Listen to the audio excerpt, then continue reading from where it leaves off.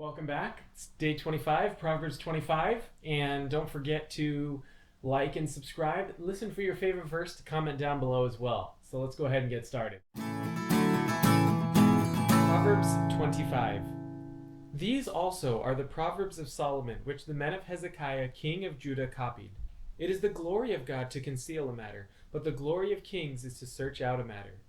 As the heavens for height and the earth for depth, so the heart of kings is unsearchable. Take away the dross from silver, and it will go to the silversmith for jewelry. Take away the wicked from before the king, and his throne will be established in righteousness. Do not exalt yourself in the presence of the king, and do not stand in the place of the great. For it is better that he say to you, "Come up here," than that you should be put lower in the presence of the prince whom your eyes have seen. Do not go hastily to court, for what will it do in the end when your neighbor has put you to shame? Debate your cause with your neighbor, and do not disclose the secret to another, lest he who hears it expose your shame and your reputation be ruined. A word fitly spoken is like apples of gold in settings of silver. Like an earring of gold and an ornament of fine gold is a wise rebuker to an obedient ear. Like the cold and snow in time of harvest is a faithful messenger to those who send him, for he refreshes the soul of his masters. Whoever falsely boasts of giving is like clouds and wind without rain. By long forbearance is a ruler persuaded, and a gentle tongue breaks a bone. Have you found honey? Eat only as much as you need, lest you be filled with it and vomit. Seldom set foot in your neighbor's house, lest he be wary of you and hate you. A man who also bears false witness against his neighbor is like a club, a sword, and a sharp arrow. Confidence in an unfaithful man in time of trouble is like a bad tooth and a foot out of joint. Like one who takes away a garment in cold weather, and like vinegar on soda is one who sings songs to a heavy heart. If your enemy is hungry, give him bread to eat, and if he is thirsty, give him water to drink. For so you will heap coals of fire on his head, and the Lord will reward you. The north wind brings forth rain, and a backbiting tongue an angry countenance. It is better to dwell on the corner of a housetop than in a house shared with a contentious woman. As cold water to a weary soul, so is good news from a far country. A righteous man who falters before the wicked is like a murky spring and a polluted well. It is not good to eat much honey, so to seek one's own glory is not glory.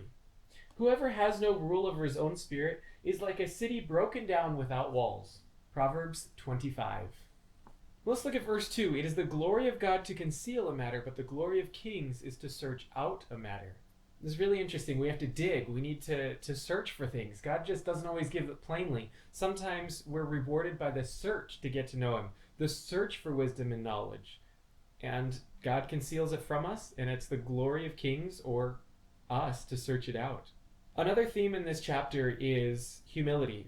Beginning in verse 6 where it says, "Do not exalt yourself in the presence of a king." And then verse 7 where it says, "For it is better that he say to you, 'Come up here,' than you should be put lower." So it's better that you just start low and the king calls you up rather than you assume and go sit up right next to the king and the king go, "No, actually, hey, can you go sit down with the common folk over there?"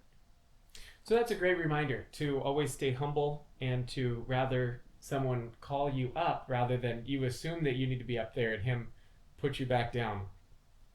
Then beginning in verse 8, we have this interesting explanation. Do not go hastily to court, for what will you do in the end when your neighbors put you to shame?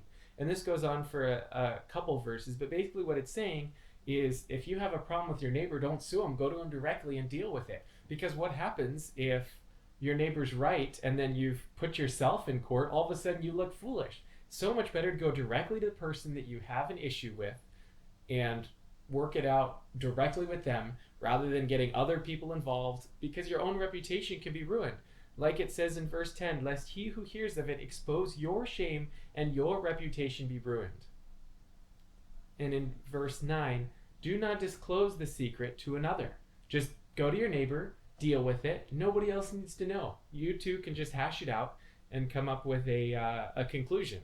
And then if it still doesn't get resolved, then you could go beyond. But don't go straight to court, as this verse says. And of course the classic verse 21 and 22, "If your enemy is hungry, give him bread to eat, and if he is thirsty, give him water to drink. For so you will heap coals of fire on his head, and the Lord will reward you." Don't forget to bless those who persecute you. Pray for those who despitefully use you and persecute you. It's so important to show them love, to get back to get back at them with love and service. Like it says, you will heap coals of fire on his head, and the Lord will reward you. These verse 26 and 28, I'll go ahead and cover together. When you're righteous, you need to be bold. There's a proverb that says the righteous are as bold as the lion, but verse 26 says a man who falters before the wicked is like a murky spring and a polluted well. Of course, you don't want a murky spring or a polluted well because that was your water source in the ancient world. And a righteous man who falters before the wicked is worthless. It's like a righteous man you want to be able to put your faith in, your hope in. Hey, he's righteous, he's going to make a difference in the world. But if you falter before the wicked, you're pretty much worthless, like a murky spring or polluted well. And then verse 28, whoever has no rule over his own spirit is like a city broken down without walls. Those two are sort of similar. We need to be able to rule our own spirit and not be able to lose it and falter before the wicked, where we need to remain as bold as a lion. And verse 27 goes along similarly to the idea of pride in the beginning, where it says, so to seek one's own glory is not glory. If we seek to make ourselves popular, if we seek to glorify ourselves, then that's not glory. That's just pride. That's not any sort of thing to be proud of.